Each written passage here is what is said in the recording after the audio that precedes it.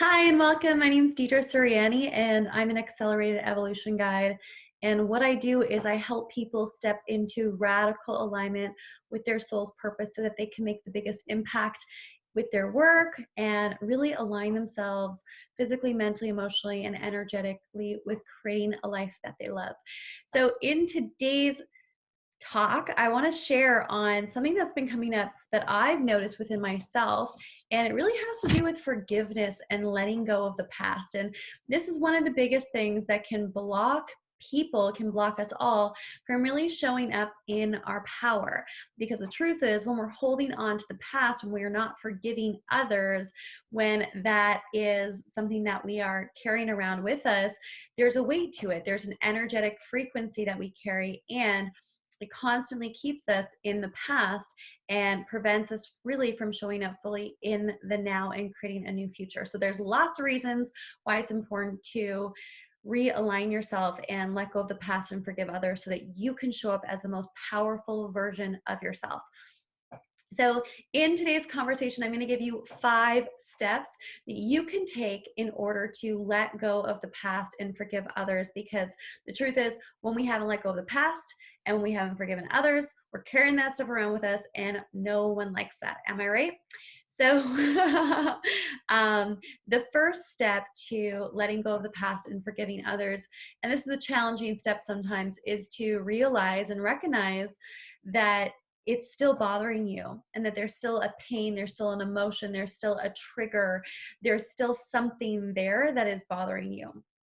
So, one of the biggest barriers that prevents us from healing is that we don't give ourselves permission to acknowledge and really feel into whatever it is that we're holding on to or that is happening in our life. So, step one is to acknowledge that whatever's happened from the past is still showing up in your present and giving the emotion a name and really feeling that emotion. Because in order to heal it, we've got to feel it.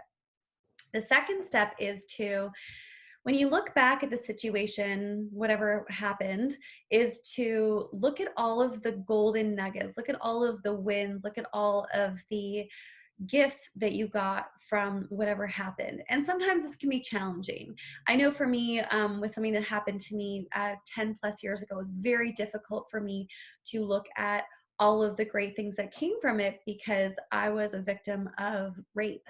And when I looked back on it and did this processing on it, I really did have a lot of great lessons from it. Was that that day I was not listening to my intuition, right? So ever since then I've learned to tune deeper into my intuition.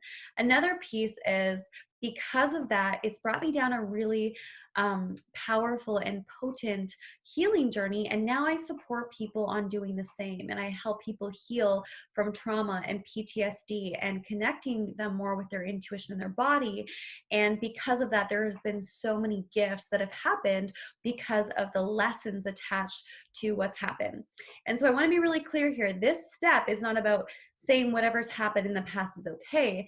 It's about looking at it from an overview perspective. What are the gifts? What are the strengths that you develop from it? How is it supporting you in other areas of your life because you've had to shift, you've had to change, you've had to adapt because of that thing. And there's always wisdom in it. So that is number 2. Step 3 is to forgive yourself.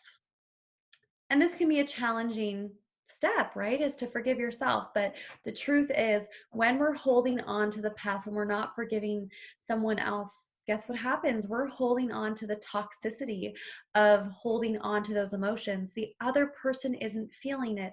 Even if we think they are, they're not feeling it. We're the ones that are carrying it around.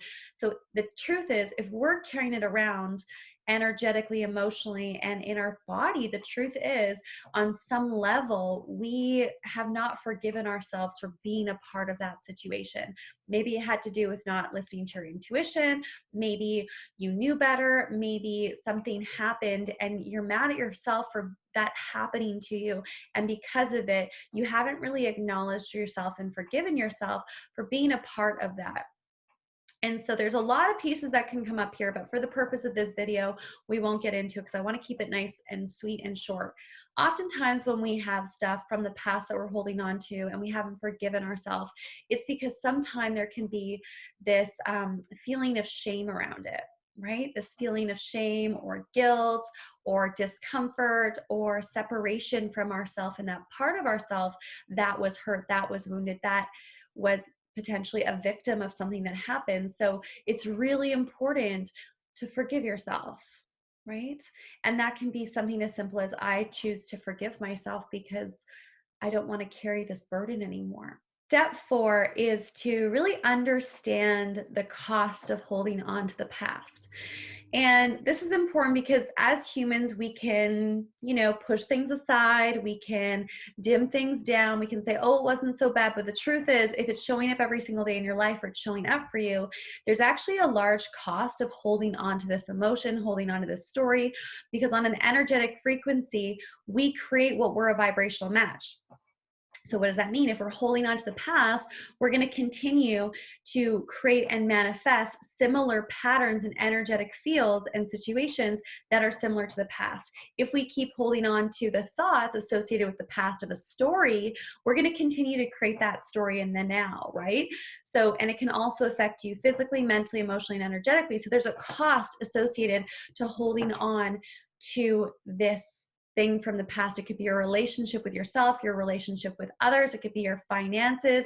It could be your self-worth. There's so many areas that it can be costing you. So take some time to write down, what is the cost of me holding on to this? Because it's very important to feel this deeply in order to be motivated to change. The last step, step 5, is to write a new story and ask yourself, how do I want to feel instead? When I look back on this event, when I look back on what happened, how do I want to feel instead? Right? So when I look back at the things that I've participated in or I've been, maybe a victim of in the past, when I look at those things, I look back and I'm empowered because I go to what I've learned, right? I know the cost of holding on to it. I've forgiven myself and also the other person, because the truth is everything is constantly happening all at the same time. And even in the most difficult times, whatever it is that you're holding on to, there are gifts, there are lessons, there are strengths that you have built that are going to move you forward to be the most expressed version of who you are. And for you, essentially, to support and inspire others to do the same. So I hope that you've enjoyed this video. If you have, go ahead and subscribe to my channel. I'll be dropping a video blog, or to my podcast where you'll be receiving a video blog from me every single week on a different topic. So hope you have a beautiful day. Sending you lots of love on your healing journey. And I want to hear from you. What did you like about this video? What is something that you took away from it that was an aha or a shift for you? I want to hear from you. So make sure to comment below and share this video and this episode with anyone that you think that is holding on to the past and is robbing them of really showing up as the most express version of who they are and who they're meant to be. Lots of love. Mwah.